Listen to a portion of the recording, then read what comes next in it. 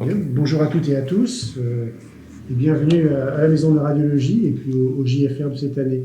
Comme vous le savez, les Journées francophones de radiologie, c'est un événement à portée internationale qui est une rencontre importante pour tous, sont les journées de l'innovation en imagerie et habituellement nous avons près de 15 000 participants. Cette année de crise sanitaire a nécessité une transformation importante de ce congrès et qui va être purement digital. Et j'aimerais déjà remercier le professeur Alain Luciani, président du congrès, pour avoir mené jusqu'à son terme ce projet. J'aimerais remercier aussi les membres de l'équipe de la SFR et les radiologues qui sont terriblement investis au cours de ces dernières semaines pour offrir un produit de grande qualité. Et remercier aussi les partenaires industriels qui nous ont fait confiance et qui nous accompagnent. Alors en quelques mots, la SFR, je ne vais pas monopoliser le temps de parole, mais je vous rappelle que la SFR, c'est une société qui est riche de près de 10 000 membres et que 25% de ses membres, ce sont des radiologues étrangers. Et ça a un impact énorme pour l'organisation des JFR. Et les JFR, telles qu'elles ont été conçues par Alain Luciani, ce sont des JFR qui auront comme cible, entre guillemets, cible, terme de toute façon un peu positif, comme cible, déjà, premièrement, les radiologues qualifiés, puisqu'il y aura plus d'une centaine de séances qui seront d'enseignement et des séances d'atelier. Bien sûr, les jeunes. Les jeunes représentent près du tiers de nos membres, et il y aura, en collaboration avec le Collège des enseignants, des enseignements qui seront destinés à ces jeunes radiologues. Les manipulateurs qui sont aussi extrêmement présents, et j'aimerais profiter de ces quelques temps de parole pour les remercier pour leur investissement au cours de la crise. Je vous rappelle que beaucoup de radiologues ont pu exercer leur profession par téléradiologie, mais si la téléradiologie est possible, c'est parce que beaucoup de professionnels de santé sont restés au contact des patients. Donc je remercie à cette occasion les manipulateurs, les secrétaires, les brancardiers qui ont permis que la radiologie puisse se faire pendant cette crise. Et bien sûr, l'orientation principale, c'est aussi les patients, et Alain va vous en parler, puisque un des thèmes de ces journées, c'est l'expérience patient. Donc je vous souhaite une très belle conférence et à nous tous de très belles journées francophones de radiologie. Merci Jean-François. Je bouge quelques instants l'écran, après j'arrêterai de le bouger. Voilà, on va se mettre en place et je vais essayer en quelques minutes de vous présenter ces journées francophones de radiologie. Donc encore une fois, bienvenue à tous et à toutes pour cette conférence de presse autour des journées francophones de radiologie 2020. Comme vous l'avez entendu exprimé par le professeur Médère, des JFR 2020 qui sont totalement inédites, mais que nous avions voulu anticiper en passant d'une solution qu'au départ nous envisagions hybride à une solution tout distancielle sur cette nouvelle plateforme digitale, JFR.plus, qui sera lancée à l'occasion de ces journées francophones de radiologie. Et je crois d'abord que c'était à la fois une responsabilité pour la SFR que de respecter évidemment les impératifs sanitaires, mais je crois aussi que cette année, plus encore que les années précédentes, nous manifestons aussi en cette année notre volonté de poursuivre ces temps de rencontres, d'échanges, de formation, d'information, quelle que soit la situation. Alors bien sûr, la situation est nouvelle, nous la connaissons, nous la vivons, et vous la vivez, j'allais dire quotidiennement ou pluriquotidiennement dans le temps médiatique. C'est un contexte sanitaire difficile, mais il a remis la santé au cœur de la société. Et je crois qu'il a parfaitement illustré le fait que la radiologie a joué pleinement son rôle auprès des patients pendant cette période. S'agissant de la radiologie, c'est vrai que nous sommes une profession qui, on peut dire, est sous tension, qui s'interroge sur son évolution, tension démographique, tension sur les équipements que nous avons ressentis pendant la crise sanitaire, réflexion sur les organisations, intégration des défis technologiques. Mais je crois que tout ça traduit plus encore qu'hier notre volonté de renforcer le transfert rapide de l'innovation dans les soins. Et ceci sera au cœur de toutes ces journées francophones de radiologie 2020. Ces JFR 2020 qui sont un congrès majeur de la radiologie, c'est d'abord un rendez-vous incontournable pour les radiologues et l'ensemble de la profession de l'imagerie médicale. Mais je voudrais insister sur le triple rôle qu'a ce congrès et qu'il aura encore cette année. Un rôle scientifique, c'est le congrès, le lieu de l'innovation, donc c'est d'abord un événement scientifique. C'est un rôle sociétal, et je pèse vraiment ce mot sociétal. Le thème de l'expérience patient que nous développerons en est un marqueur essentiel. Et puis, ce congrès, comme beaucoup de congrès, a un rôle économique. Alors, comment traduire cela ? C'est une plateforme JFR+. C'est un congrès extrêmement riche. Vous y trouverez plus de 70 sessions 11 ateliers, démonstrations, dont certains sont d'ailleurs en tournage 2 étages au-dessus de moi, actuellement dans les locaux de cette maison de la radiologie rue de la Colonie à Paris. Et ces sessions, ces ateliers seront diffusés sur 6 chaînes d'information qui diffuseront entre le 2 octobre et le 5 octobre, avec une diffusion qui, en particulier sur une chaîne, la chaîne 1, sera ouverte sur l'extérieur. C'était aussi une des volontés de la profession, d'ouvrir les portes du congrès, et finalement l'outil digital donne la possibilité de projeter l'innovation en santé vers l'ensemble de nos concitoyens, nos patients, et finalement nous tous.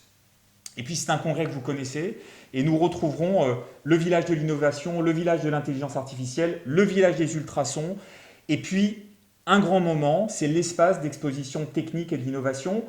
Nos partenaires industriels seront là, et ce sera une formidable occasion de découvrir les innovations technologiques qui accompagnent bien entendu notre profession.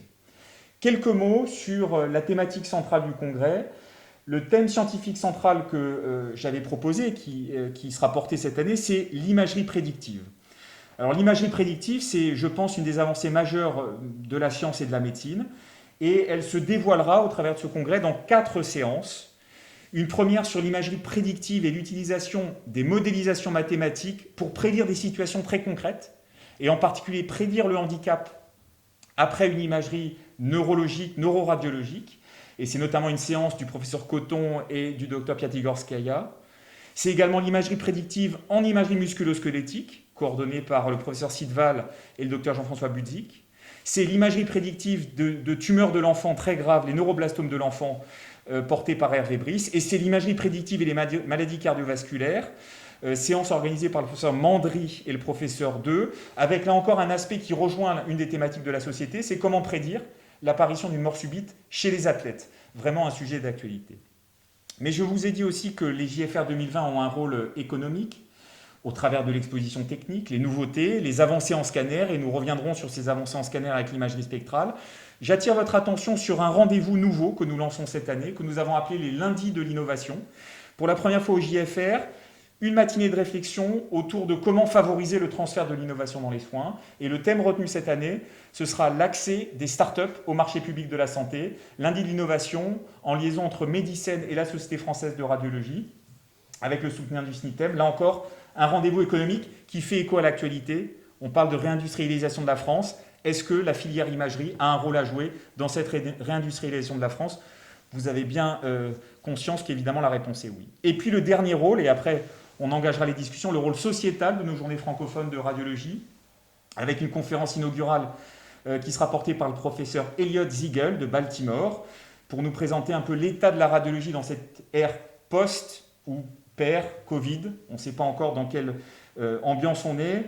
Bien sûr, un congrès qui sera empreint de la crise sanitaire Covid, 10 conférences autour de la Covid, et un lundi avec 4 grandes séances pour se projeter sur l'après-Covid, retour d'expérience internationale, retour d'expérience française, intégration des recommandations et de la science dans une actualité toujours brûlante, et puis gestion des données à l'ère de la pandémie. Un rendez-vous aussi autour du Covid, toujours dans ce rôle sociétal. Je vous donne rendez-vous pour un grand film que je pense très émouvant, dont le titre est « Ce que vous applaudissiez à 20h », qui aura lieu avec une projection en prime time le dimanche 4 octobre à 18h, et peut-être des images que certains d'entre vous n'ont jamais vues, des témoignages a posteriori de cette crise avec des acteurs de la profession de l'imagerie médicale, radiologues, manipulateurs, familles de ceux d'entre nous qui ont été touchés par la crise, et bien sûr patients. Et puis une conférence institutionnelle sur radiologie et société avec là aussi un thème fort, l'expérience patient, remettre l'humain au cœur. Alors c'est paradoxal de faire une conférence digitale et de parler d'humain, mais ce sont nos préoccupations. Et cette grande conférence institutionnelle du vendredi, qui sera diffusée donc à partir de 14h le vendredi 2 octobre, sera centrée autour de radiologie et société, avec un large focus sur l'expérience patient. Et comment ne pas parler maintenant, pour terminer, et peut-être pour faire les liaisons avec notre premier intervenant, d'un formidable partenariat que nous aurons la chance de signer pendant ces journées francophones de radiologie. Ce partenariat qui va être signé est le résultat de 9 mois de travail que nous avons eu constamment, y compris pendant la crise sanitaire, avec nos amis et partenaires du Centre national d'études spatiales. Et vous allez voir, lors de ce congrès, et peut-être dès maintenant dans l'intervention de M. Lionel Suchet, quels sont les points de convergence qu'on peut imaginer entre la conquête spatiale et l'imagerie médicale. Peut-être deux choses qui vous paraissent assez différentes, mais qui finalement se rejoignent beaucoup dans notre volonté de faire l'innovation. Je prendrai les questions à la fin et peut-être d'emblée, je souhaiterais donner la parole à Monsieur Lionel Suchet, qui est le directeur général délégué du Centre national d'études spatiales, que je remercie vivement de sa confiance pour avoir accompagné et souhaité ce partenariat. Et Monsieur Suchet, je vous donne la parole dans cette conférence de presse pour que vous nous parliez plus en avant de ce partenariat SFR-CNES. Merci beaucoup Alain. Merci. Bonjour à tous. Bien, le CNES, oui, pourquoi on est là? Alors le CNES, c'est d'abord le Centre national d'études spatiales, ça a été dit, et c'est l'agence française de l'espace qui en fait propose et met en œuvre la politique spatiale française. Alors effectivement, on est très heureux d'être associé à ces journées françaises de radiologie, et j'aurai le plaisir de signer avec Jean-François Médère donc un accord de partenariat entre le CNES et la Société française de radiologie. Partenariat qui est important pour nous parce que ça fait très longtemps, je vais essayer de vous le dire rapidement, qu'il y a de nombreux liens entre le spatial et l'imagerie médicale et la médecine ou la santé au sens plus large du terme. Et donc ce partenariat est très important pour nous. Alors, quels sont ces liens? D'abord, on va parler d'abord d'exploration spatiale et d'exploration humaine. Et ce qui se passe sur la Station spatiale internationale, ce qu'on a réalisé précédemment sur les stations russes, Salyut 7 puis Mir, ces stations spatiales sont un formidable laboratoire d'expérimentation. Et dès le départ, on s'est rendu compte que le corps humain était profondément modifié par l'état de micro-pesanteur dans lequel on est dans une station spatiale. Et donc, au niveau cardiovasculaire, au niveau osseux, et plus on fait d'études, plus on se rend compte qu'au niveau même du fonctionnement d'une cellule, les choses sont modifiées assez rapidement en micro-pesanteur et que le corps s'adapte très rapidement. Donc, étudier des patients sains, j'ai envie de dire, dans un environnement très particulier qui n'est pas possible de reproduire au sol, c'est une approche originale de la recherche en médecine et qui a été utilisée dès le début de nos vols spatiaux. D'ailleurs, on a été leader en France dans le domaine puisque pour le premier vol d'un cosmonaute européen, qui était un Français, le premier vol d'un Français en 1982, bientôt 40 ans, Jean-Loup Chrétien, on avait déjà un échographe, on avait conçu, développé et envoyé à bord un échographe à l'occasion de cette mission pour faire de la recherche sur le système cardiovasculaire des cosmonautes.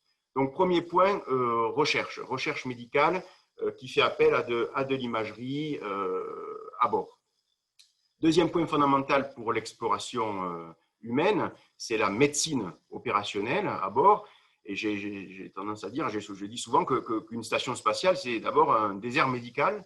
À part à de rares exceptions, on n'a pas envoyé de médecins à bord, c'est arrivé, mais rarement. Et donc, il faut que les cosmonautes se débrouillent avec les moyens du bord, c'est le cas de le dire, en termes d'équipement et puis en termes de support du sol. Donc là, on a été amené pour assurer la sécurité des équipages. On a des vols qui sont de plus en plus longs. On a réalisé des vols de plus d'1 an déjà. Pour les Français, on a réalisé 2 vols de plus de 6 mois. Le dernier étant celui de Thomas Pesquet, qui d'ailleurs s'entraîne pour sa prochaine mission l'année prochaine. On a besoin d'assurer la sécurité et la santé des équipages et de suivre cette santé tout au long de la mission.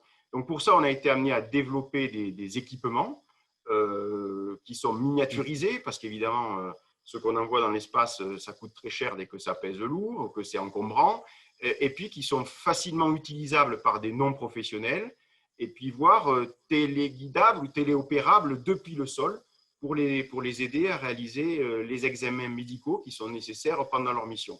Et là, on a tout un autre pan au-delà de la recherche, c'est donc la médecine opérationnelle, avec là aussi des équipes françaises qui sont à la pointe de ce domaine-là, puisqu'aujourd'hui, sur la Station spatiale internationale, il y a 2 échographes qui sont à bord, un Américain et un Français. Et on a des équipes très impliquées dans le suivi médical et la recherche en médecine opérationnelle à bord de la station. Évidemment, il y a un retour là naturel vers le sol, puisque ces équipements miniaturisés, ces façons de les téléopérer dans des zones où il n'y a pas de médecin, évidemment, on voit très bien quel peut être le lien avec des applications au sol, en télémédecine notamment. Donc ça, c'est le deuxième aspect, médecine opérationnelle. Et puis, dans un sujet qui est tout autre, alors là, je quitte l'exploration humaine, je vais parler d'un autre aspect du spatial, qui est l'imagerie de la Terre. Vous savez qu'on a des satellites qui sont de plus en plus performants et on fait de plus en plus d'images de la Terre. Au départ, c'était principalement, et c'est toujours pour des raisons scientifiques et de défense, mais c'est de plus en plus pour des raisons économiques aussi. Il y a de plus en plus d'applications d'images de la Terre fait depuis l'espace. Et donc ça, c'est un domaine qui est en pleine expansion. Alors on a des instruments qui sont sur des satellites qui prennent la Terre à quelques 700 km, mais on voit quand même des détails de quelques dizaines de centimètres. Et donc on a des masses de données extraordinaires à traiter, des masses d'images très importantes. Et là, on a un rapprochement très intéressant avec l'imagerie médicale, c'est que ces images, il faut les traiter. On a des systèmes d'intelligence artificielle qui permettent de les traiter automatiquement, de faire de la recherche automatique de changement, de faire du débruitage. Et on a là un terrain très intéressant de rapprochement avec l'imagerie médicale qui est déjà utilisée d'ailleurs, puisqu'on a des algorithmes qui ont été partagés et qui ont été fournis au monde médical venant du domaine de l'observation de la Terre pour améliorer le traitement de l'image.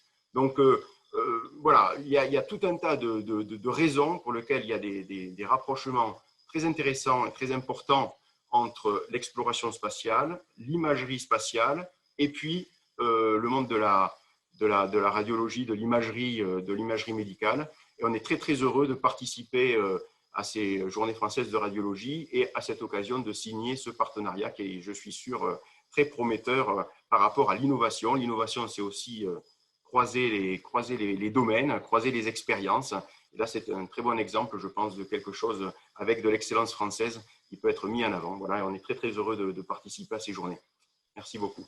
Monsieur Suchet, vraiment merci beaucoup et on entend ce partenariat enthousiasmant. Je trouve que ça fait partie des grands projets qui tirent un peu l'humanité en avant et on est très heureux d'être à bord. Un point d'information, cette conférence Antoine Béclair sera diffusée le dimanche des journées francophones de radiologie à 12 heures, avec en particulier aussi la projection d'un film avec l'interview de Claudie Aigneret qui témoignera aussi de son engagement comme médecin et comme astronaute. Donc je pense que ça fait aussi un lien tout à fait clair. Donc merci. Et là encore une fois, vous restez avec nous si vous pouvez pour des questions à la fin. Pas de problème.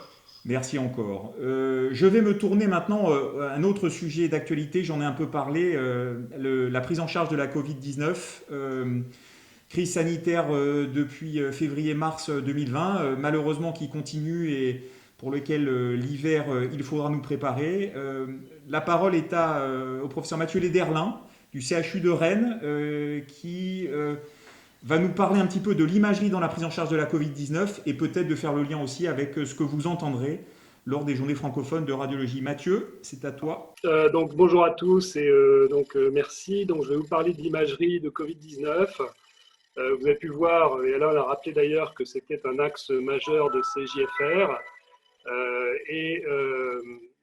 Vous verrez en particulier, notamment le lundi, Alain l'a bien dit, qu'il y a un certain nombre de séances extrêmement intéressantes avec des experts internationaux, des retours d'expérience, etc. Donc ça, c'est vraiment très important. Et moi, en fait, j'ai essentiellement deux messages à vous délivrer. Un premier message en forme de bilan, et puis ensuite, j'ai essayé de faire un petit peu de prospective.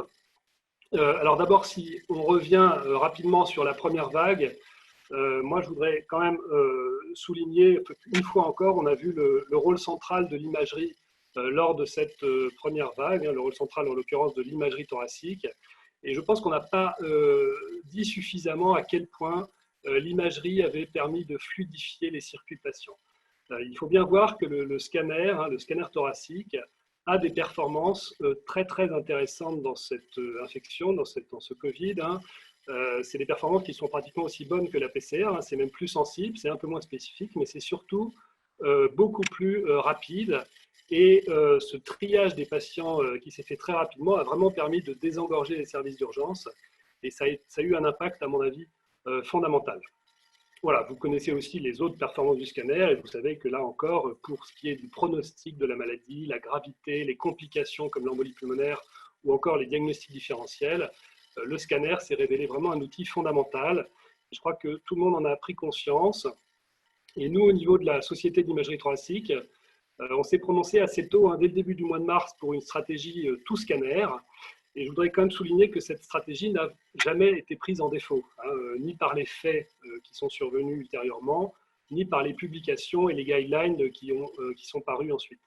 Voilà. Et là, on est peut-être malheureusement à l'orée d'une deuxième vague, et la stratégie reste la même. C'est une stratégie qui est prioritairement basée sur le scanner. Donc ça, c'était le premier point. Et puis, je voudrais maintenant faire un tout petit peu qu'on se projette un tout petit peu dans le futur, un futur qui sera avec épidémie ou sans épidémie, on ne sait pas, mais en tout cas, le futur des urgences. Vous savez que les urgences, c'est vraiment le centre névralgique de l'hôpital, et aux urgences, l'imagerie est vraiment la pierre angulaire de la prise en charge des patients. Tout patient qui vient aux urgences, pratiquement tous les patients qui passent aux urgences ont de l'imagerie. Et aux urgences, l'imagerie la plus pratiquée, c'est la radiographie thoracique. On fait énormément de radiographie thoracique. Le problème de ces radiographies thoraciques, c'est qu'elles sont souvent de qualité moyenne. On a souvent du mal à conclure sur ces radios. Elles sont d'ailleurs peu ou pas interprétées, ou alors interprétées tardivement. Et il y a une espèce de tendance qui se dessine et qui, à mon avis, a été accentuée par l'épidémie Covid. Et je pense que vraiment le Covid a été un révélateur un petit peu de ça. C'est de faire non pas des radiographies thoraciques, mais des scanners avec une technique très particulière qu'on appelle ultra basse dose, des scanners qui délivrent une dose d'irradiation qui est celle d'une radiographie pratiquement, avec une information qui est infiniment supérieure. Moi, personnellement, si demain j'ai un problème respiratoire ou si quelqu'un de ma famille a un problème respiratoire, je vais me faire un scanner ultra basse dose, je ne vais pas me faire une radiographie. Voilà. Et je discutais récemment avec mon collègue Michael Oana qui est à Strasbourg. Alors à Strasbourg, ils ont depuis quelques années déjà remplacer les radiographies thoraciques aux urgences par le scanner ultra basse dose, et il me disait que personne n'a envie de revenir en arrière. Voilà. Et nous, à Rennes, on vient d'acheter un nouveau scanner. On va acheter très, très, très prochainement un nouveau scanner, et ce scanner sera le deuxième scanner des urgences, et il sera dédié essentiellement à la prise en charge des urgences thoraciques. Donc voilà, donc le Covid, si vous voulez, a été une espèce de test grandeur nature qui nous a fait prendre conscience de l'impact du scanner dans la décision médicale. Et pourquoi je vous dis ça? Parce que, eh bien, évidemment, tout ça nécessitera des investissements. C'est qu'on manque de machines, on manque de scanners, il faudra acheter des scanners. Il faudra aussi des moyens humains, des moyens, des postes médicaux, paramédicaux pour faire tourner ces scanners. Et donc, je voulais aussi vous alerter aujourd'hui sur cette future tendance qui, à mon avis, ce n'est pas que mon avis d'ailleurs, c'est l'avis un petit peu des gens de la Société d'imagerie thoracique, est une tendance lourde. Et il faut que nos tutelles soient pleinement conscientes de cette possible future tendance et l'anticipent. Donc voilà, je vous ai donné un petit peu notre vision des radios thoraciques. Nous qui on fait du scanner thoracique tous les jours, on connaît ses performances, on connaît sa très faible nocivité, très faible irradiation et son impact majeur dans la décision médicale. Donc j'ai terminé. En conclusion, rappel sur l'impact du scanner de l'épidémie, l'impact est majeur. Et puis, probablement besoin de plus de scanners dans le futur à anticiper. Voilà, merci beaucoup et je serai ravi de répondre à vos questions. Merci Mathieu, merci pour cette prise de parole. Je suis sûr qu'il y aura des questions parce que c'est vraiment quelque chose qui est d'actualité et effectivement pas qu'à Rennes dans beaucoup d'endroits. Ce qui souligne aussi que un des thèmes majeurs sur le plan technologique de ce congrès, c'est effectivement le scanner avancé, donc ça fait pleinement écho. Et ça fait une transition toute trouvée avec l'intervention suivante qui est celle du professeur Marie-Pierre Revel, qui est radiologue au CHU Cochin à Paris. Parce que là, le scanner, il n'est pas utile que pour la Covid. Il a d'autres applications et notamment un programme très ambitieux dans le dépistage des pathologies pulmonaires. Marie-Pierre, c'est à toi. Bonjour Alain, bonjour tout le monde. Oui, ça fait parfaitement la transition avec la synthèse faite par Mathieu. Donc, on m'a demandé de parler du scanner thoracique comme un outil de dépistage des pathologies thoraciques. Et pour revenir sur ce que dit Mathieu, on a deux techniques en fait en imagerie, la radiographie du poumon, qui est, on va dire, les méthodes un petit peu historiques de débrouillage, et puis toujours qui repose sur les rayons X, et le scanner. Le scanner a fait des progrès majeurs au cours des 20 dernières années. Voilà, maintenant, on est capable de faire une acquisition des poumons en 3 secondes. avec une finesse d'acquisition très grande, puisqu'on fait des coupes de 0,6 mm d'épaisseur. Donc, vous voyez, simplement en prenant comme ça, une fois une inspiration, en 3 secondes, on a imagé tout le thorax avec une finesse de détail extrême.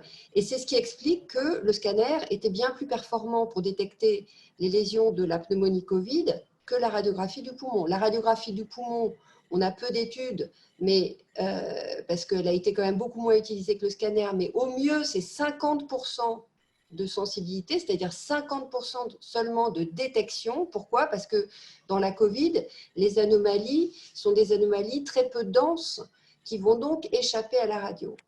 La sensibilité et la spécificité du scanner, c'est-à-dire son exactitude, si vous voulez, diagnostic, c'est proche de 90%, avec bien sûr toujours le test virologique qui reste la confirmation finale. Mais voilà, en 3 secondes, on a été capable, comme le disait le professeur Lederlin, de dire le patient il a ou pas des signes de Covid. Donc, ça a vraiment eu un rôle très, très important.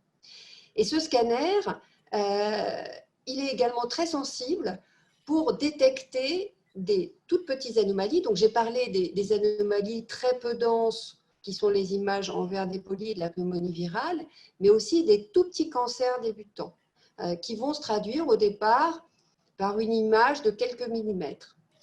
On sait que la radiographie du poumon n'est pas une méthode efficace pour détecter précocement le cancer du poumon. Ça, c'est des études qui remontent aux années 70, qui ont été faites aux États-Unis, où on a comparé 2 populations, une population à laquelle on proposait de faire une radio de poumon et une population qui était simplement évaluée cliniquement, des populations à risque, c'est-à-dire des patients de plus de 50 ans fumeurs, avec un tabagisme cumulé important.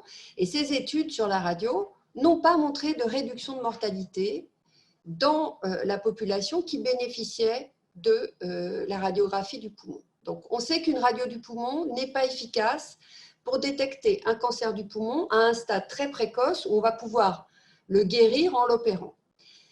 Ce qui est très nouveau, c'est que maintenant, on a toutes les données pour dire qu'avec le scanner, c'est absolument l'inverse.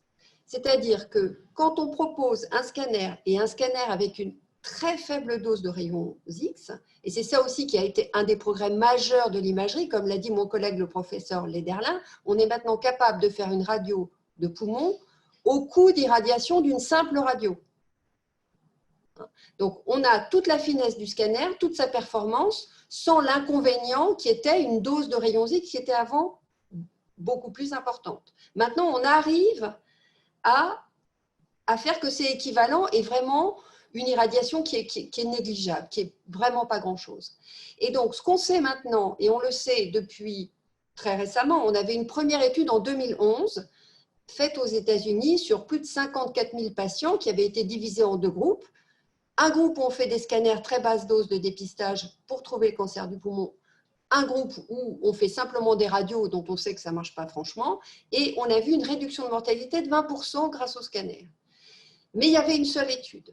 Alors, ce qu'il y a de nouveau maintenant, c'est que plusieurs études européennes, une étude belge et néerlandaise, l'étude Nelson, l'étude italienne, l'étude Maid, l'étude allemande, l'étude Luzi, donc on a vraiment beaucoup d'évidences, ont toutes confirmé qu'on réduit la mortalité par cancer du poumon en faisant des scanners.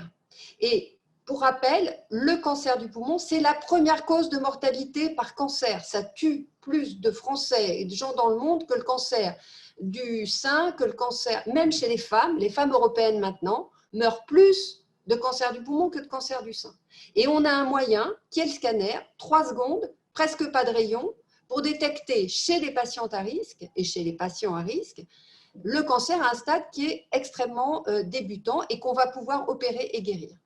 Tout ça pour dire que nos instances radiologiques, en collaboration avec nos collègues homologues, sont en discussion avec la Haute Autorité de Santé pour qu'on lance au moins des études pilotes sur le dépistage. Parce que entre ce qui se passe dans des études où tout est merveilleux et la vraie vie, c'est très difficile de transposer immédiatement les choses. Donc, il faut, nous, et la Société française de radiologie et surtout la Société d'imagerie thoracique s'est préparée à ça. D'abord qu'on forme massivement nos collègues, et on a toute une série de e-learning qui sont prêts, qui vont être mis sur notre site pour que les radiologues soient formés à la technique de dépistage et à l'interprétation, qui est le même niveau de qualité que dans les études, pour qu'en population, on puisse reproduire les effets très bénéfiques du dépistage du cancer du poumon. Nous avons un projet qui est le projet Cascade, pour lequel l'INCa a donné une partie du financement. On attend toujours la confirmation de financement du ministère. Bien sûr, le Covid a brouillé un petit peu ça. On avait cette urgence sanitaire, ce qui a fait mettre un petit peu de côté la mise en place de ces études de dépistage et notamment la mise en place de cette étude pilote, l'étude Cascade, avec la finalisation de son financement. Mais voilà, il ne faut pas occulter ça parce que ce sont des données très importantes. Je rappelle, 39% de réduction de mortalité chez les femmes, 26% de réduction de mortalité chez les hommes, avec un examen qui dure moins de 3 secondes et qui irradie pas plus qu'une radio de poumon, c'est-à-dire pas grand-chose. Donc maintenant qu'on sait, maintenant qu'on a toute la preuve scientifique, pas d'une étude, mais de au moins 4 très larges études, on ne peut pas rester sans rien faire. Voilà. Marie-Pierre, merci beaucoup. Et je crois que ça fait parfaitement écho en plus à quelque chose d'actualité. La Société française de radiologie, comme tu l'as dit, a des liens forts avec l'INCa, travaille de concert avec l'INCa. L'INCa soutient le très beau programme de recherche. Nous étions allés ensemble. Absolument, et elle le soutient. Et c'est d'actualité puisqu'aujourd'hui, on parle des propositions sur la projection dans l'avenir de l'INCa. Donc je pense que là aussi, ça suscitera des questions. Merci Marie-Pierre. Transition, mais toujours en lien finalement avec ces accélérateurs qu'ont été la crise Covid.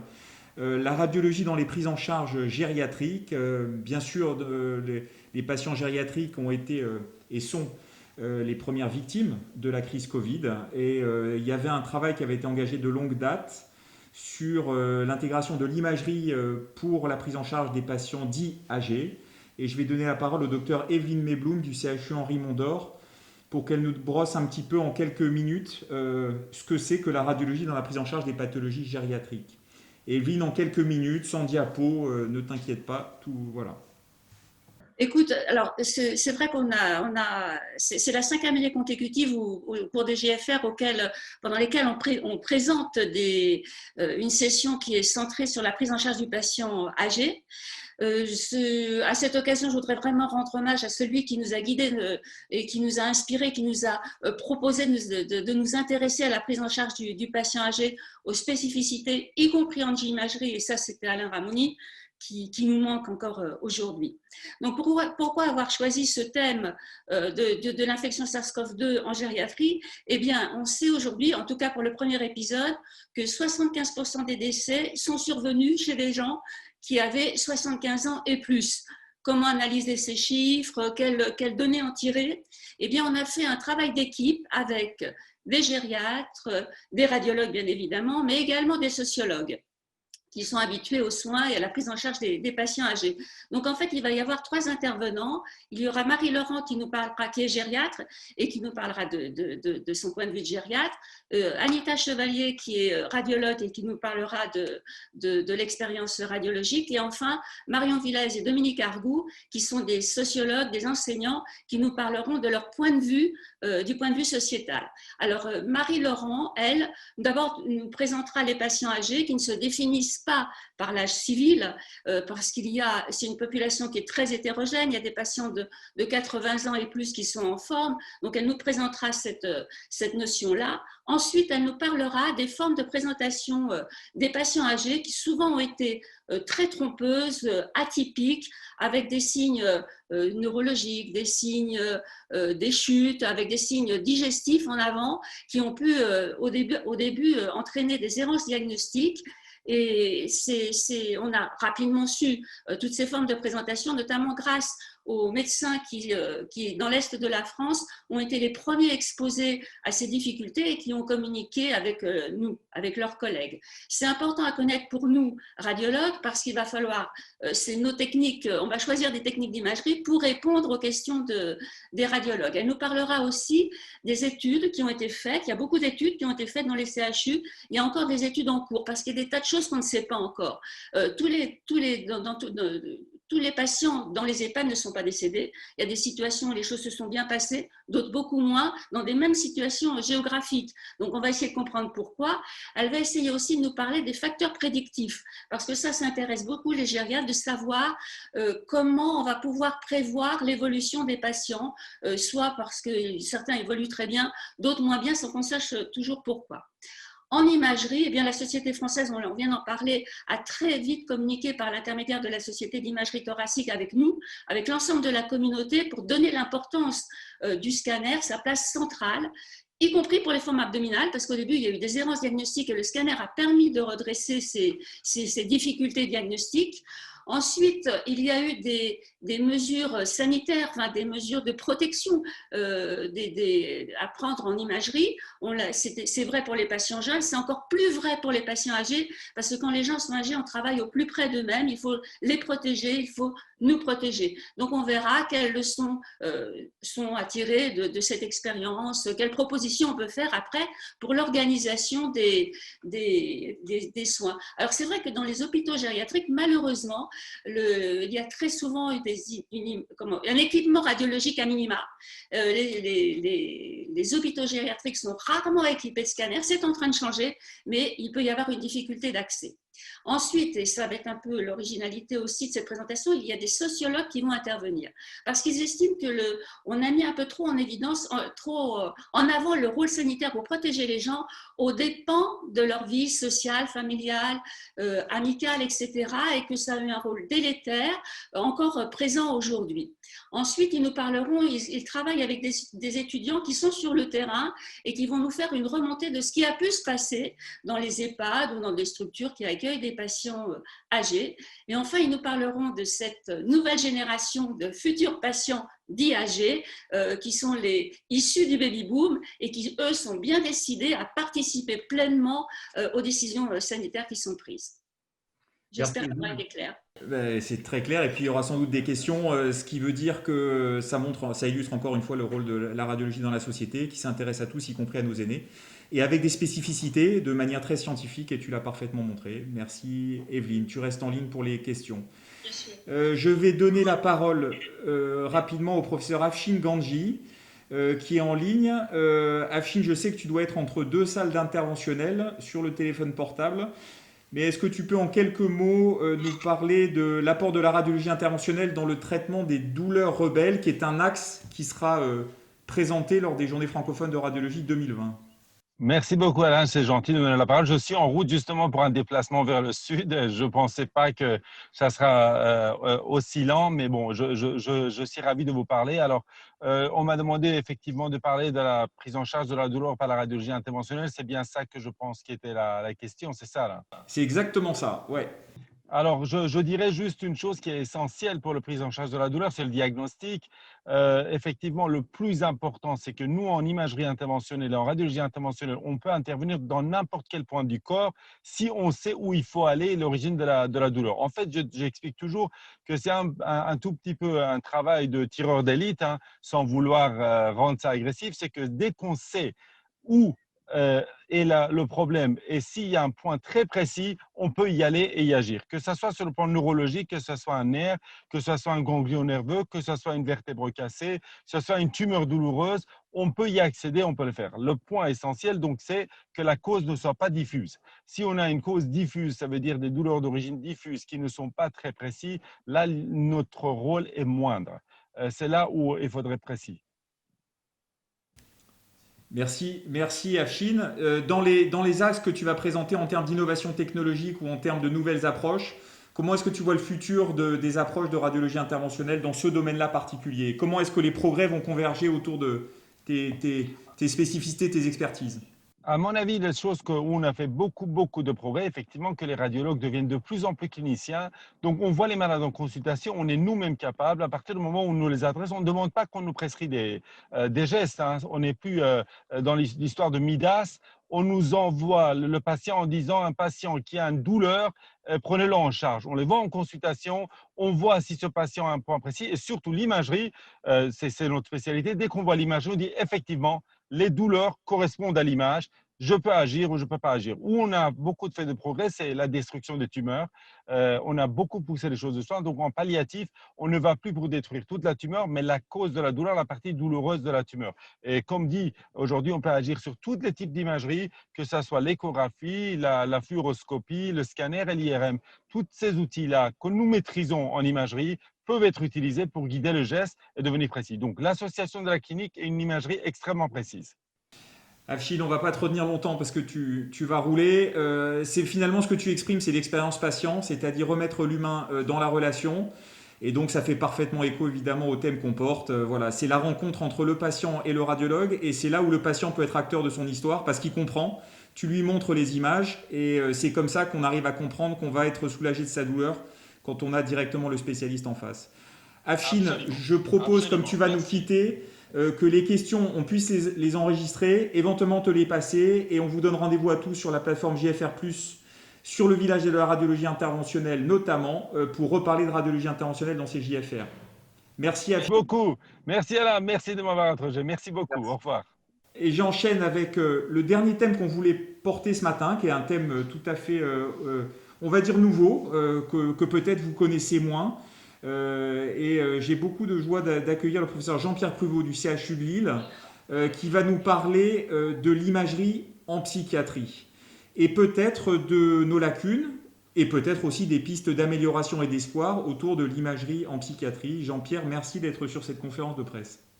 Merci beaucoup Alain. Donc, c'est aussi pour moi un très grand plaisir de vous rejoindre dans cette conférence de presse des Journées françaises de radiologie 2020. Avec, comme tu l'as dit, des circonstances particulières, mais qui, en fait, nous solidarisent tous autour de nos patients. Et merci beaucoup à Alain d'avoir proposé ce thème important de l'imagerie psychiatrique. Pourquoi ? Parce qu'en Europe, un quart de la population a présenté un trouble psychiatrique en 2019. Un quart de la population. Les troubles psychiatriques correspondent à une des premières causes d'invalidité et de handicap. En France, en 2019, on a recensé à peu près 10 000 suicides. Et les coûts de prise en charge, toutes prises en charge confondues, ont représenté 4% de notre produit intérieur brut, ce qui équivaut à peu près à 100 milliards d'euros. La question qu'on se pose toujours, c'est pourquoi réaliser une IRM pour des malades présentant un premier épisode psychiatrique. C'est absolument, et tout d'abord et avant tout, écarter un diagnostic différentiel, car il y a des causes organiques, soit des encéphalites. On a trouvé beaucoup d'encéphalites auto-immunes ces derniers temps, dans les différents services qui prennent en charge ces patients, et des tumeurs infiltrantes, aussi des problèmes vasculaires. Et donc, plus on est performant, j'ai beaucoup aimé ce qui a été dit sur le scanner, avec des IRM de qualité, plus on augmente ce diagnostic différentiel. Et donc, c'est comme vous le savez, dans l'AVC, il y a 20% de choses qui, grâce à l'IRM, sont redressées, qui ne sont pas des AVC. On parle de stroke mimique, et bien là, c'est un peu pareil. Et évidemment, et avant tout, c'est cette IRM dont on dit sans arrêt qu'elle ne trouve rien dans les maladies psychiatriques. C'est faux. Encore faut-il le faire correctement. C'est permettre un diagnostic positif précocement pour mettre en place un traitement rapidement et avoir une possibilité avec les nouvelles séquences et les techniques avancées, pas simplement un T1, T2, flair, diffusion habituelle, c'est des techniques avancées que vous connaissez bien, l'IRM fonctionnelle d'activation, la tractographie, la spectroscopie qui permettent de démembrer tout un ensemble de choses. Et s'il vous plaît, qu'on arrête de parler d'autisme, de schizophrénie, etc., qu'on parle plutôt d'hallucination, de problèmes de comportement, d'hyperactivité, de troubles de l'attention, et qu'on mette justement des images et des possibilités à côté, enfin des possibilités de nouveaux biomarqueurs à côté, évidemment, des biomarqueurs que sont la biologie, la génétique, etc., vous le savez. Alors, c'est vrai qu'on est encore dans des phases de recherche dans certains domaines, mais je peux vous dire qu'en clinique, on pourrait faire le diagnostic différentiel et le diagnostic positif, si on avait un accès plus important aux machines et si on pouvait donc consacrer plus de formation. Et c'est pour ça que ce rendez-vous des JFR nous permettront de faire, même en virtuel, passer de la formation, et j'allais dire peut-être encore plus qu'en virtuel, grâce aux séances virtuelles, de faire tout au long de l'année des rattrapages, des formations importantes. Et je peux vous dire qu'il y a de plus en plus de radiologues qui sont conscients de cette problématique et qui savent combien ils peuvent aider les patients. Alors la recherche est très simple, c'est intégrer l'imagerie dans la physiopathologie pluridimensionnelle de la maladie, à côté de la biologie, de la génétique, de la clinique et de l'environnement, très important, évidemment, mettre cette imagerie avec toutes les nouvelles séquences. Et enfin, et j'en terminerai comme ça, c'est évaluer des paramètres quantifiables objectivement. Ce sont nos biomarqueurs. On est vraiment au cœur de la prise en charge des patients avec ces biomarqueurs afin d'améliorer la précision diagnostique. C'est un grand objectif du congrès. La corrélation des anomalies à la sévérité des troubles, la réponse du traitement, évidemment, et le risque d'évolution vers la chronicité, le suivi de la maladie. Le suivi de la maladie, on n'imagine pas ne pas suivre une tumeur cérébrale sans IRM. Et bien là, parfois, quand on a fait le diagnostic, il n'y a pas d'IRM pour le suivi de la maladie avec des molécules pourtant qui nécessitent ce suivi en IRM, c'est important. Alors, l'élaboration de nouvelles thérapeutiques, j'en parlais, on ne peut pas avoir d'essais thérapeutiques sans bons biomarqueurs que représente l'IRM. On bénéficie pour cette recherche d'IRM 3T, il n'y en a pas encore assez en France, il y en a beaucoup plus en Allemagne. Et quand l'IRM 7T va arriver en France, c'est dans 3 endroits actuellement. Et quand on se compare à l'Allemagne, il y en a 15 en Allemagne, il y en a 35 aux États-Unis. Il faut qu'il y en ait au moins 13 en France, dans chacune de nos grandes régions, lesquelles doivent être articulées avec nos 3T et nos 1.5. Voilà, je vous remercie beaucoup d'avoir pu exprimer ces avancées importantes pour l'imagerie. Les patients nous attendent et je suis prêt à répondre à vos questions. Merci. Merci Jean-Pierre. Et tu organiseras une très belle session le vendredi des Journées francophones de radiologie en distanciel, donc il y aura l'occasion de compléter.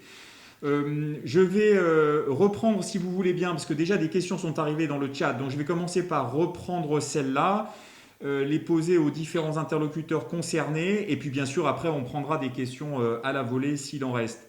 Peut-être pour commencer, 2 questions qui semblent remonter pour Monsieur Suchet. On va les regrouper. D'abord une précision sur concrètement le partenariat entre le CNES et la SFR, comment ça se matérialise. Et puis la deuxième, je pense qu'elle concerne aussi ce partenariat sur la mise au point d'appareils en imagerie qui impliquent l'intervention d'industriels. Et est-ce que des fabricants de matériels médicaux sont impliqués dans le partenariat? Et puis je pourrais répondre éventuellement sur le rôle de la SFR dans ce cadre-là. Monsieur Suchet, je ne sais pas si vous avez vu les questions. Oui, oui, merci. Le partenariat, comment il va se matérialiser? On a de plus en plus dans le spatial de partenariats avec des domaines divers et variés parce que, comme je vous l'ai dit, le spatial s'ouvre à beaucoup de domaines nouveaux par les applications, les utilisations des données spatiales.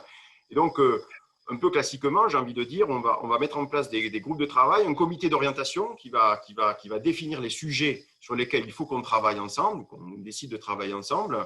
J'en ai cité quelques-uns, typiquement les nouveaux besoins en imagerie pour l'exploration lointaine. Je vous ai parlé de la Station spatiale internationale, mais elle est à quelques heures de distance. Et quand on va demain partir sur la Lune, c'est quelques jours. Sur Mars, on part pour 1 an. Et puis, il n'est pas question de faire demi-tour au bout d'1 mois. Donc, on a besoin d'une autonomie beaucoup plus grande des équipages. Donc, comment miniaturiser? Quel est le vrai besoin en imagerie pour les équipages et comment on va optimiser ces systèmes-là? Ça, c'est un thème sur lequel on va travailler. Un autre thème, c'est, je vous l'ai dit, le traitement d'image. Donc, en quoi les traitements d'image faits pour le spatial peuvent aider l'imagerie médicale et inversement, ça marche dans les 2 sens. En quoi les traitements d'image médicale peuvent aider l'imagerie spatiale. Donc là, on va définir des thèmes, on va mettre en place des groupes d'experts qui vont travailler ensemble et qui vont rapporter sur un rythme régulier au comité d'orientation pour voir si on maintient les groupes, si ils ont fini leur travail, on a de nouveaux groupes, etc. Chaque fois qu'on met en place ce type de partenariat, il s'avère qu'en travaillant, évidemment, on se pose de nouvelles questions,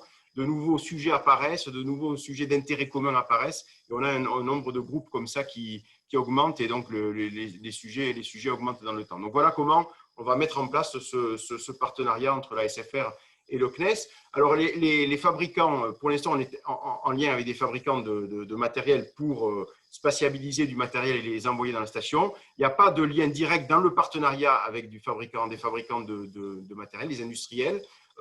Et puis, dans le temps, on verra comment les choses évoluent et s'il y a à travailler avec eux ou pas et comment. Mais pour l'instant, ce n'est pas inclus dans le partenariat qui est uniquement SFR-CNES. Voilà.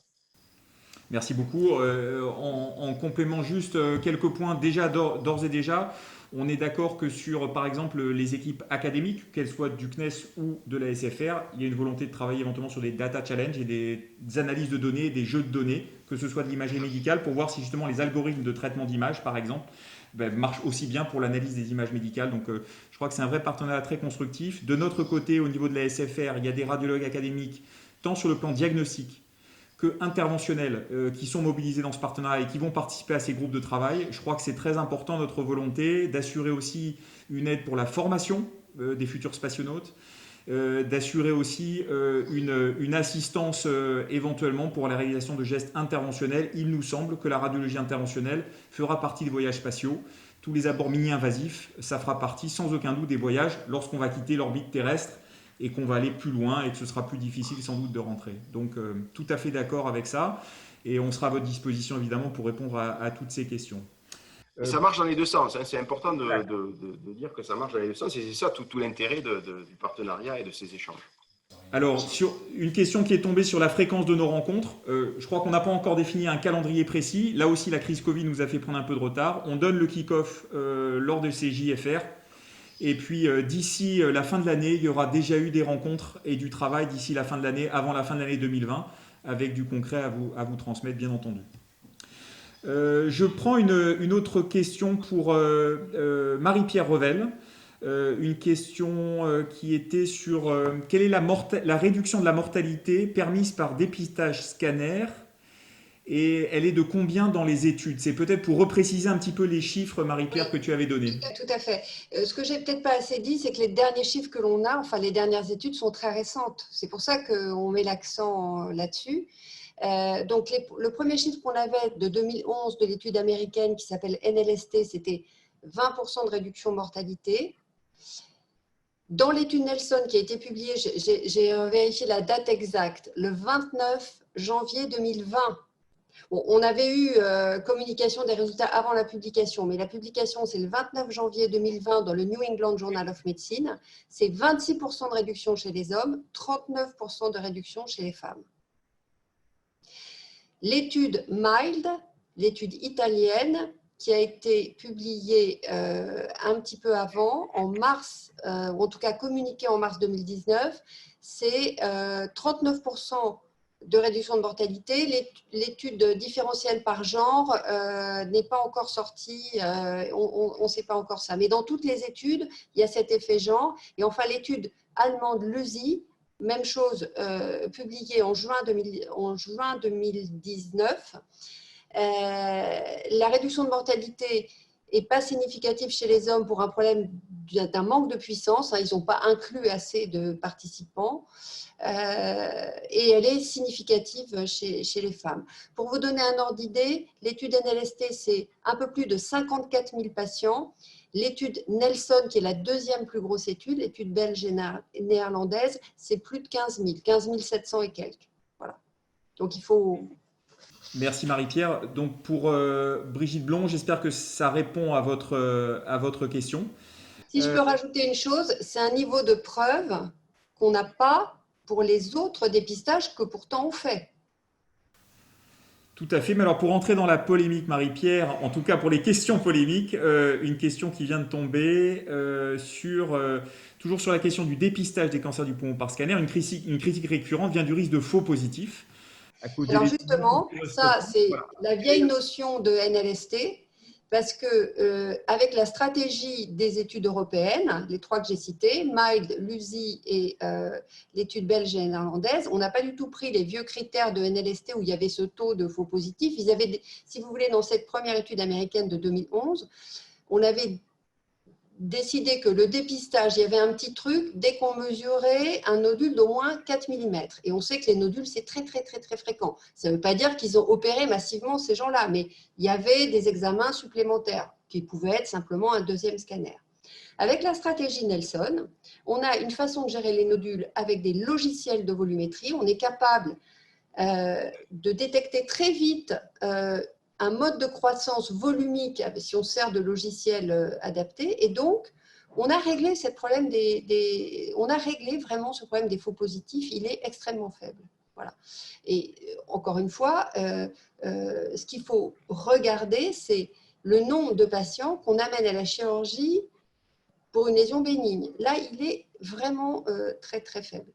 Il y a une autre question, par contre, plus que le faux positif, c'est la question du surdiagnostic. C'est-à-dire, on sait maintenant qu'il y a certaines variétés de cancer du poumon qui sont des variétés indolentes, comme il y a des cancers de la prostate qui sont indolents, notamment chez les sujets âgés, les hommes qui ont plus de 80 ans, je ne sais plus quelle est la proportion exacte, parce que je ne suis pas spécialiste de ça, mais du poumon, mais la proportion est très très élevée d'hommes de plus de 80 ans qui ont un petit cancer de la prostate qui est 100, mais il y a un peu la même chose au niveau du poumon. Donc on sait maintenant que certains types d'images, mais on a très bien identifié ça, ok, c'est des tout petits cancers du poumon, mais il vaut mieux ne pas y toucher pour ne pas faire du surdiagnostic, du surtraitement, parce que ce sont des formes indolentes qui n'entraîneront pas la mort de l'individu si on les voit à 70 ans, par exemple. Merci Marie-Pierre. Réponse très claire et effectivement une thématique d'actualité brûlante. On reste sur le scanner thoracique pour Mathieu. Ou plus exactement pour la comparaison entre les performances du scanner et de l'écho. Je cite, c'est Mélissandre Rouget qui pose la question sur qu'en est-il de l'écho dans le triage des patients Covid aux urgences. Quelques travaux semblent suggérer son efficacité dans ce contexte. Oui, merci pour la question. Alors, j'ai eu le temps de regarder la publication auquel vous faisiez référence. Déjà, c'est une publication qui est... c'est un préprint, hein, donc il faut se méfier des préprints, c'est sur ArchiveMed. En fait, il faut bien distinguer deux situations. Il y a le triage des patients quand ils arrivent aux urgences, et après, il y a les patients qui sont en réanimation. Et pour ces patients qui sont en réanimation, pour lesquels le diagnostic Covid est posé, là, l'échographie peut effectivement être intéressante. On peut avoir effectivement, comme certaines études l'ont suggéré, des études marseillaises notamment, des corrélations avec la gravité scanographique, parce qu'en écho, on arrive à voir les plages de condensation. Et c'est d'ailleurs, les réanimateurs s'en servent pour chercher des zones de poumon recrutables, pour ensuite mettre les patients sur le ventre, faire du procubitus pour améliorer la ventilation. Donc ça, c'est une chose. Mais là, quand on parle du scanner, on est vraiment à la phase initiale. Le patient arrive, on veut savoir ce qu'il a. Et là, il n'y a même pas photo. Je veux dire, c'est le scanner qui est très, très, très largement supérieur à la radiographie thoracique et plus encore à l'échographie. L'échographie, les ultrasons ne permettent pas de passer dans le poumon profond. On ne peut pas voir les petites plages de verre dépoli du poumon profond. Donc voilà, c'est vraiment deux situations différentes. L'échographie n'a pas de rôle, à mon sens, et je pense que c'est assez partagé par les radiologues thoraciques, dans le tri des patients à la phase initiale. L'échographie est intéressante pour chercher les complications en réanimation, et d'ailleurs c'est un geste qui est fait essentiellement par les réanimateurs. Et j'en profite Mathieu, une question complémentaire sur la gravité. Il y a eu plusieurs équipes françaises qui ont publié sur l'embolie pulmonaire, circonstances fréquentes, pas fréquentes finalement dans la Covid, et qui justifient sans doute encore plus le rôle du scanner chez les patients graves. Où t'en es finalement de l'analyse ? Alors là, c'est un petit peu pareil, c'est-à-dire que cette dichotomie entre le patient qui arrive aux urgences et le patient grave en réanimation, elle reste tout à fait valable. En fait, on a fait une petite étude d'ailleurs avec une collègue de Saint-Étienne. On a montré que le patient standard qui arrive aux urgences avec de la fièvre, une dyspnée, et un Covid, celui-là, finalement, il n'a pas plus de taux d'embolie pulmonaire. La prévalence d'embolie pulmonaire n'est pas plus élevée que dans une population standard non Covid qui a une suspicion d'embolie pulmonaire. En revanche, ce qui est vrai, c'est que les patients graves, ceux qui ont une hyperinflammation, ceux qui vont aller en réanimation pour un syndrome de détresse respiratoire, ils ont un surrisque très élevé de maladies thromboemboliques. Maintenant, c'est bien connu. On a vu beaucoup d'embolies pulmonaires. Marie-Pierre a d'ailleurs publié là-dessus sur ces patients graves. Et d'ailleurs, les réanimateurs maintenant font des anticoagulations préventives chez tous ces patients, donc on en verra moins. Voilà, donc, mais là encore, ces embolies pulmonaires fréquentes, cette maladie thromboembolique, c'est chez les patients graves qui ont cette tempête inflammatoire dont on a parlé, cette tempête cytokinique. Mais à la phase initiale, a priori, pas de surrisque et pas d'indication à faire un angioscanner avec injection systématique à l'arrivée du patient aux urgences. Merci Mathieu. Alors une question toujours pour toi et pour Marie-Pierre aussi. Le scanner ultra basse dose utilisé de façon régulière à la fois pour le suivi des patients Covid, mais aussi pour le suivi et le dépistage des cancers bronchopulmonaires, est-ce qu'il y a un risque en termes d'irradiation? Et peut-on catégoriser finalement chez les fumeurs des facteurs de risque qui permettraient de sélectionner des patients qui devraient bénéficier de ces explorations scanners? Donc des questions un peu à tiroir autour de l'irradiation et du scanner, on va dire répété, chez des populations identifiées, que ce soit Covid ou pour cancer du poumon. Alors, je vais commencer sur le Covid et puis je laisserai peut-être Marie-Pierre répondre pour le dépistage. C'est quand même deux points un peu différents. Là, vous parlez du scanner ultra basse dose. Ce que j'en ai parlé, le scanner ultra basse dose, il faut bien se dire que c'est probablement le futur. Actuellement, dans le Covid, on n'a pas fait des scanners ultra basse dose. On a fait des scanners standards. On appelle ça low dose parce qu'ils sont peu irradiants, hein. On a un contraste naturel dans le poumon qui fait qu'on n'a pas besoin d'irradier beaucoup. Mais on n'était pas sur du scanner ultra basse dose. Et Marie-Pierre le dira, dans le dépistage, on ne fait pas non plus du scanner ultra basse dose parce qu'on ne peut pas voir les tout petits verres dépolis dans le voilà. Donc, après, voilà, le cumul de doses, c'est effectivement une problématique qui est importante. Elle est certainement plus importante chez les patients fumeurs dans le dépistage que dans le Covid, même si effectivement il y a des patients Covid qu'on scanne régulièrement. Il faut mettre ça en relation avec l'âge élevé de ces patients, avec encore une fois des doses en imagerie thoracique, même sur du low dose standard qui sont très faibles. On n'est pas dans des cumuls de doses, à mon sens, qui sont dangereux pour ces patients. Et Marie-Pierre va répondre pour la problématique du dépistage. Donc, je te laisse, Marie-Pierre.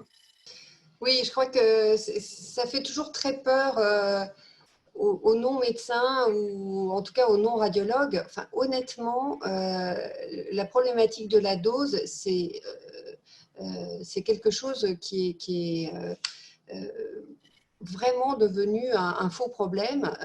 En tout cas, sur le dépistage, on ne fait pas des scanners toutes les 5 minutes.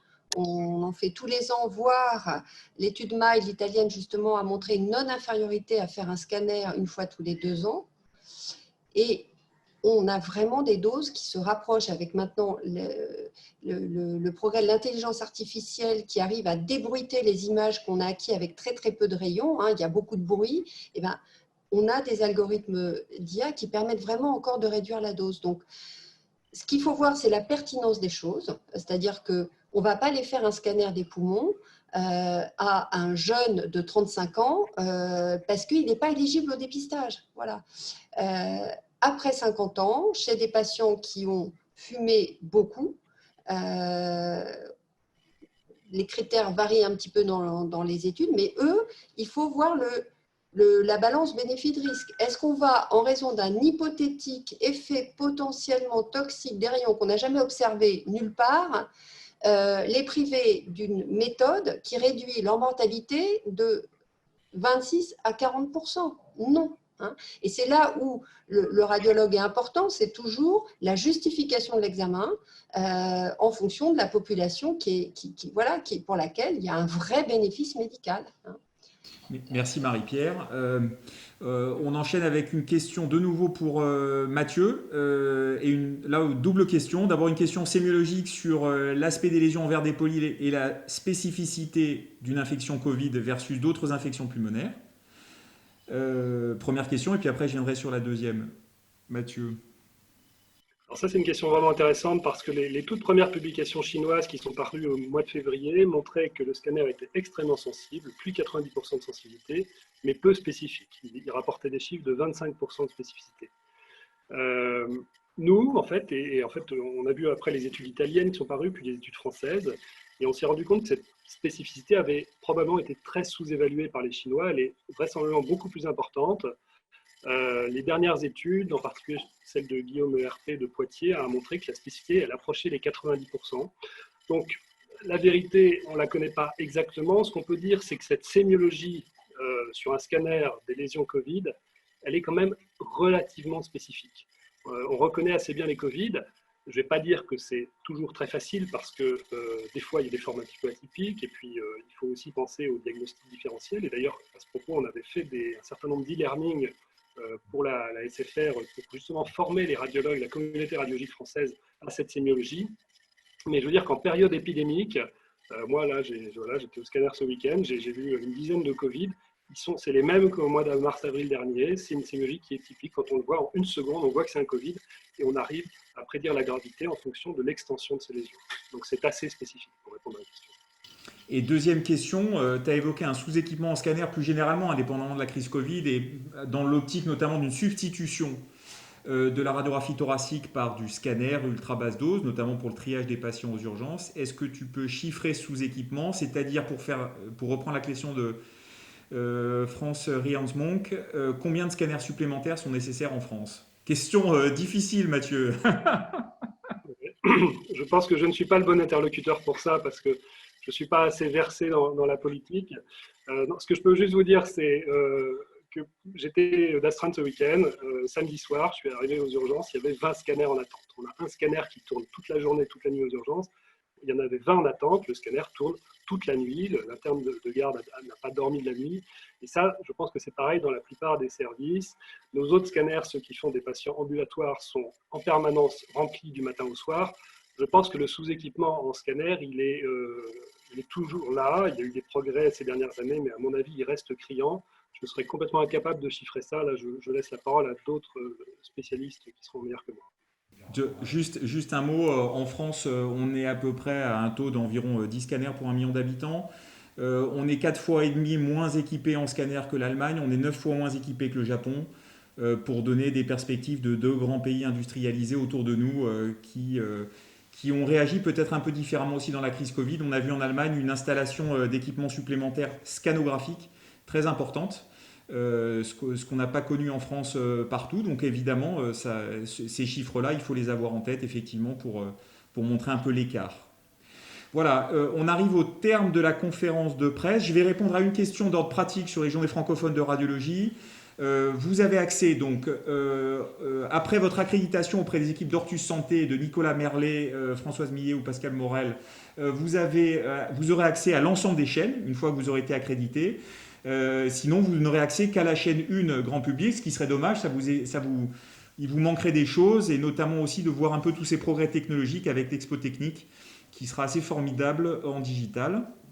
Donc il me reste à vous remercier, à donner la parole à Nicolas Merlet pour un mot de fin. Alors juste un dernier mot, d'abord merci à tous de votre attention. Il y a peut-être encore beaucoup de questions. Donc je tiens à vous rassurer, l'ensemble des experts et des intervenants de ce matin sont à votre disposition. Donc Françoise Millet et moi-même, Nicolas Merlet, et Jennifer Lenoir-Richel, on est à votre disposition pour organiser des rendez-vous, des interviews ou simplement des échanges pour compléter le besoin d'information que vous avez exprimé largement ce matin. Donc vous n'hésitez pas, par mail, par téléphone, et l'ensemble de ces acteurs de ce matin et de ces experts seront très heureux de pouvoir répondre à toutes vos questions. Je vous remercie, je vous souhaite une très bonne journée à tous, on est à votre disposition. Merci beaucoup et on se retrouve pour les JFR 2020.